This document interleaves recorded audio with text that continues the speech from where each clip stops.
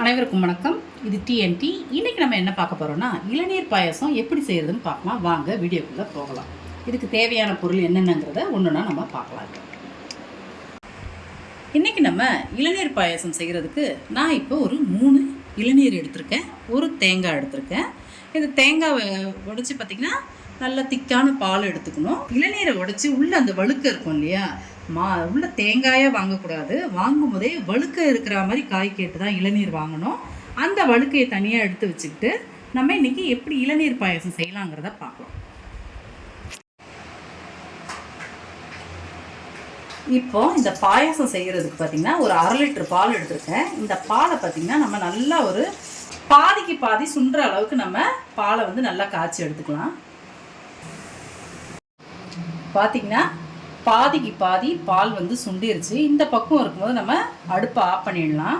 பாலோட கலரும் மாறக்கூடாது, அந்த அளவுக்கு பக்குவமாக பார்த்துக்குங்க.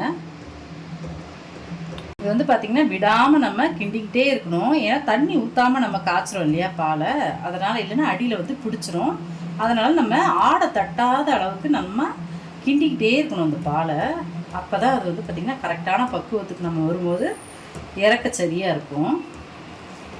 நான் இப்போ ஒரு முழு தேங்காவை உடைச்சி தேங்காய் பால் எடுத்திருக்கேன். இதில் தேங்காய் பாலுக்கு நான் பார்த்திங்கன்னா தண்ணி சேர்க்கலை. அதுக்கு பதில் பார்த்திங்கன்னா இளநீர் உடைச்சேன் இல்லையா, அந்த தண்ணியை சேர்த்து தான் இந்த தேங்காவை வந்து அரைச்சி எடுத்திருக்கேன். பால் மட்டும் கெட்டியாக எடுத்துக்கணும். இந்த பாலை இப்போ நம்ம எடுத்துக்கலாம்.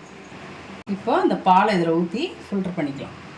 நல்லா கட்டியாக இருக்கணும் பால், அப்போ தான் இந்த இளநீர் பாயசத்துக்கு நல்லாயிருக்கும்.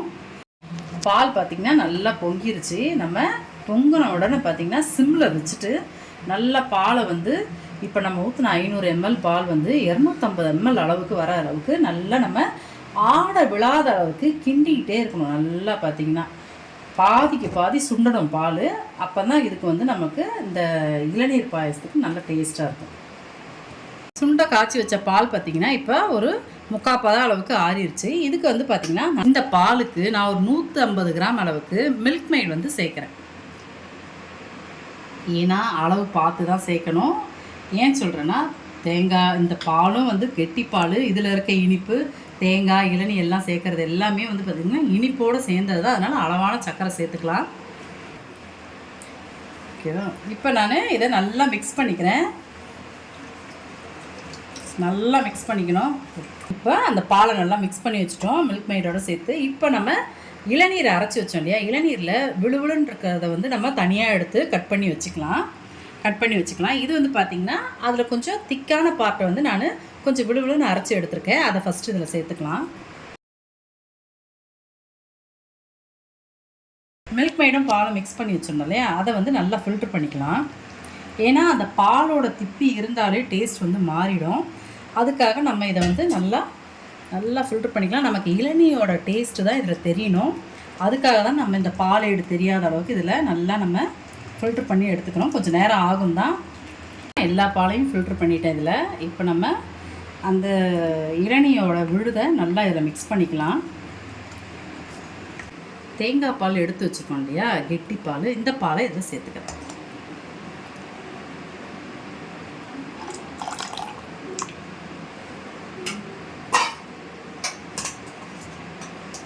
இதையும் இதில் நல்லா மிக்ஸ் பண்ணிக்கிறேன். இப்போ எல்லாத்தையும் மிக்ஸ் பண்ணிட்டோம். இதுக்கு லைட்டாக நான் ஏலக்காய் பொடி வச்சுருக்கேன். அதில் சும்மா 1லேருந்து 1.5 பிஞ்ச் அளவுக்கு நான் பட்டும் படாமலும் சேர்த்துக்கணும். ஏன்னா ஏலக்காயோட ஃப்ளேவர் வந்து ரொம்ப தெரியணும்னு அவசியம் இல்லை. இளநியோட வாசத்தோட தன்மையில் தான் இந்த பாயாசம் இருக்கணும். அதனால் நம்ம ரொம்ப சேர்க்க வேண்டிய அவசியம் இது கிடையாது. கடைசியாக பார்த்திங்கன்னா இந்த விழுவிழுப்பாக இருக்கும் இல்லையா, அந்த பாகத்தை பார்த்திங்கன்னா நான் நல்லா நறுக்கி வச்சுருக்கேன். அதையும் இதில் கொஞ்சம் வாயில் வச்சு விழுவிழுன்னு போகிற மாதிரி நம்ம சாப்பிட்றதுக்காக அதை சேர்த்துக்கிறேன்.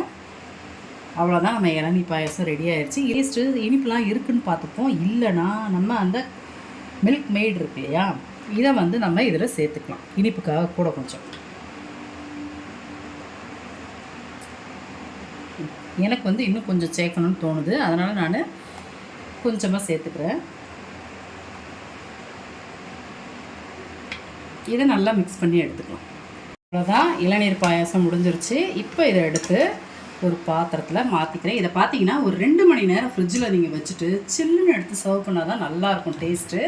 இதை இப்போ நான் ரெடி பண்ணி ஃப்ரிட்ஜில் எடுத்து வைக்க போகிறேன். ஒரு 2 மணி நேரம் கழித்து எல்லாருக்கும் பிள்ளைங்கள்லேருந்து எல்லோரும் குடிக்கலாம். இந்த வெயிலுக்கு வந்து பார்த்திங்கன்னா சூப்பரான பாயாசம் இது.